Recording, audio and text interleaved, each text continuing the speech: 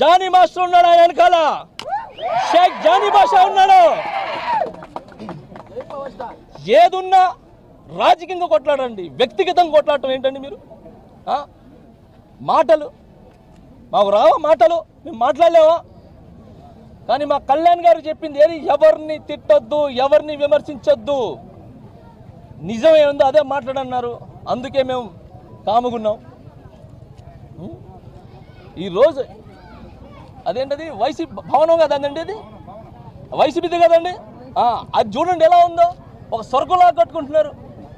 ఆ కట్టే డబ్బులు దీనికి వస్తే పేదలు బతుకుతారు కదండి.